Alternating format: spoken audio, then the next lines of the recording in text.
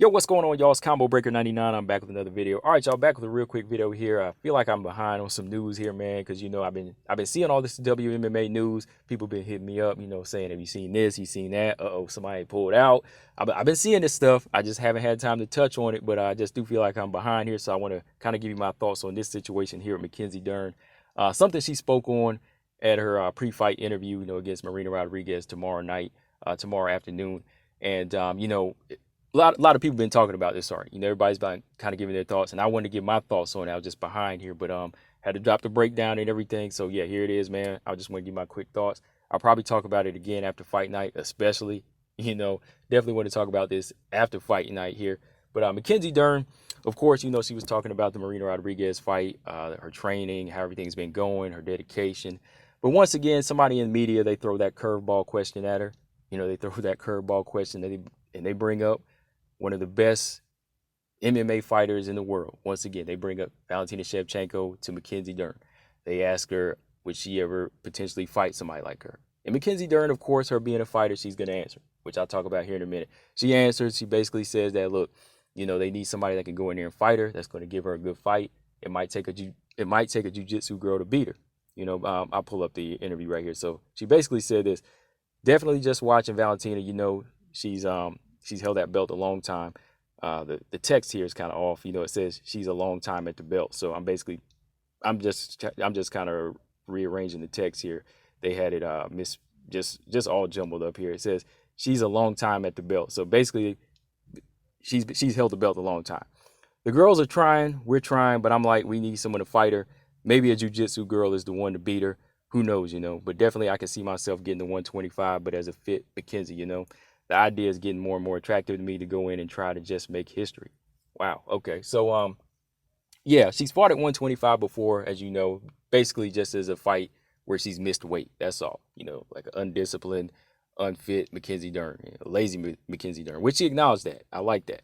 But like she said, as a fit Mackenzie Dern, she'd like to, take on Valentina Shevchenko and make history. But before you can do that, there's a lot of work to do here, And my thoughts on this whole situation, first off, I would say, media, they really have to stop asking these crazy questions like this. They really they have to stop asking these type of questions, especially when that fighter is not in the same division, or they're not even close to that level yet, or if they're not even a champion in their own division. Like when you bring that up to a fighter, let me put it this way. There's a couple ways I see it. Okay, whenever somebody a member of the media, one of these members, somebody in the media, they bring up Valentina Shevchenko to a fighter like Mackenzie Dern, I think it kind of gives them a false hope. You know what I mean? It kind of makes them feel like, oh, maybe they do see something in me where I could beat Valentina Shevchenko, or maybe I do have the key. You know what I mean? Whenever you bring that name up to them, it almost makes it probably almost makes them feel like they're on the same level in some ways. That's what I kind of see it as. Like, I kind of like it in boxing. Whenever media would ask, up and coming champions or up and coming contenders about Floyd Mayweather potentially fighting Floyd Mayweather, I think it kind of gave them that false confidence, like, oh, maybe the crowd, or maybe the fans, or maybe the media sees my boxing skills as good as Floyd Mayweather. Maybe I can't take him on one day. I know they try to figure out these fighters their goal, but I mean, it's one thing to ask about Rose, but why are you going to ask her about fighting Valentina Shevchenko? They're not even in the same weight class, and again, she's not even champion in her own weight class. So my thoughts on that, the media, they really need to stop asking Wei Lee this question, Joanna, Rose. Don't even ask Marina Rodriguez. Don't ask Mackenzie Dern. Ask them about the fighters they're in the same division with. Ask them that. Because when you bring that name up to them, when you put Dern's name in there in the same pool with Shevchenko, she's going to get that confidence, like, oh, maybe I can get it one day, or maybe this fight's something people want to see. Or then then the media is going to try to build it up, and then Dana White's going to see it. Then he's going to say, okay, when she gets the belt, she can fight her. It's going to build up. It's going to build up the entertainment value before she can build herself up as a fighter, which I'll talk about here in a minute. So I don't like that. And for Mackenzie Dern, I think, like I said, I'm 50-50 on this. Mackenzie Dern could have just said, next question, or I'm not ready for that. I got bigger fish to fry.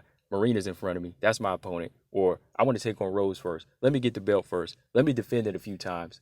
Something like that. That should have been the answer. So going back to what I was saying about building yourself up before you build up the entertainment value, you have to build yourself up as a fighter and build up that type of reputation. And that's something a lot of young fighters don't understand today.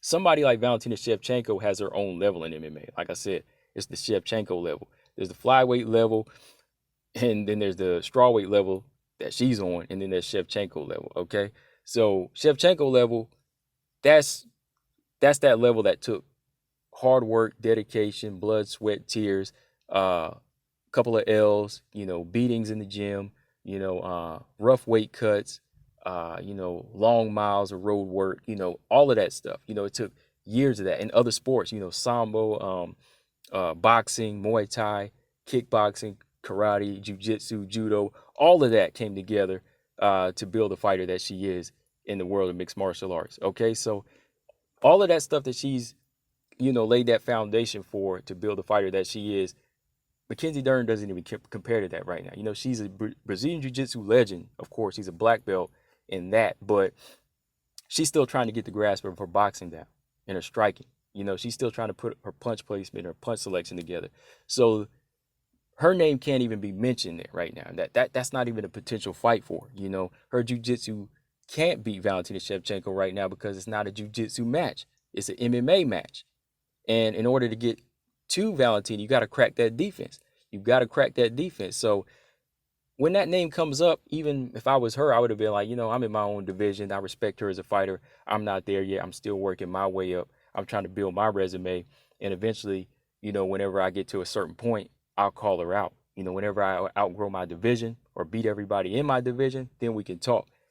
That's how fighters like Floyd Mayweather did it. Roy Jones did it. Bernard Hopkins, Shane Mosley. All these fighters, that's how they do it. When they continue to clean fighters out, they take that challenge. Israel Adesanya, he's been beating everybody in his division. He moved up to fight Jan Blachowicz. Didn't go his way, but, he waited and he cleaned out enough fighters before he tried to challenge himself. So for somebody like Mackenzie Dern, who's still trying to get a grasp, her name shouldn't even be mentioned with Valentina Shevchenko, or nobody should even entertain her with that fight yet. Especially whenever Rose Namajunas could give you all sorts of problems. Hell, Marina Rodriguez might give her all sorts of problems. I picked Marina to win this fight. You know what I mean? So that tells you something that, they're just two different fighters. Again, Valentina Shevchenko's just laid so many, she just laid like a foundation to what she does. And, she's built herself up. She's dedicated hours and hours and hours to the sport and all these other disciplines to build up the complete fighter that she is. Where Mackenzie Dern, she's nowhere near a complete fighter yet. She has the grasp of being a complete fighter, but she's not a complete fighter yet. So that's just something where I'd say if I was her or, her manager, so don't entertain that, because we don't even want the media talking about a potential fight with that. We want Marina Rodriguez first, then we want the winner of Zhang Weili versus Rose Namajunas. We want that fight, because even beating Rose Namajunas, that's not going to get you a fight with Valentina Shevchenko, a guaranteed win, because, that's two different fighters. Even after you win the belt, you still have to get used to the once you get past the winning of the belt, you have to get past that. You have to break that ice of defending the belt. You know what I mean? You gotta learn how to not get comfortable and start defending the title a few times. You gotta clean your division out to the point you get bored and you have to challenge yourself, and you master so many different things and you're ready to test it against the big challenge. And that's the problem I think with a lot of young fighters, even in boxing. They get a couple of knockout wins and people see them on Instagram and they say, oh, that's the next Roy Jones, the next Floyd Mayweather. And then it's like, okay, I'm ready for the big test. And they get knocked out in their next fight. Then they wonder why. Because they don't know about the groundwork. They didn't know about the groundwork. So for me and Mackenzie Dern, I know she probably just wanted to answer it to seem like she wasn't ducking, but it's not a duck. It's respect. It's just all respect at this point, because Mackenzie Dern is in her own division where she got a lot of work to do. She stays at 115. Even after she, like I said, if she beats Marina Rodriguez or if she won the belt, there's still quite a few names and styles and different looks that she would have to go in there and just dominate and just straight milk the division to the point she was bored and she had to move up for a challenge. This is the same stuff I said for Zhang Weili. When Zhang Weili was champion, I felt like there was a lot of work that she still needed to do in her division just to complete herself as a fighter and to show us how dominant she is, to the point she's bored and says, well, you know what? I'm a Titan here. Let me tackle on some weight and take on this other Titan that's a little higher up the mountain. You know what I mean? It's just one of those things, yo. So yeah, man, my final thoughts though, like I said, I'll talk later. I just want to come through here real quick while I got a minute. Um, I just wish media would stop bringing up the name Shevchenko to these up and coming fighters that have not laid any of the groundwork down or that are not even close. You know, just leave that alone. Let these fighters build their own legacy. Then eventually, time will match them up. Experience will match them up. Cause come on, like the only other fighter is the number one fighter, Amanda Nunes, that has laid that groundwork and has had tough roads and rough roads and has a great legacy now. She's built herself as a complete fighter, and you see, it takes that type of fighter, these two type of fighters to nullify each other and get that respect when they get in the octagon. But look, when Valentina Shevchenko took on Caitlin Chikagian, dominant. Lauren Murphy, dominant. Jessica I, knocked out, dominant. You know what I mean? But when it came down to Amanda Nunes, it was like a standstill. It was a boring fight to most, controversial second fight, but that just shows you what type of level you have to be on to fight Nunes, what type of level you have to be on to fight the Bullet. You know what I mean? So that should tell all these other fighters what they need to work on, for real.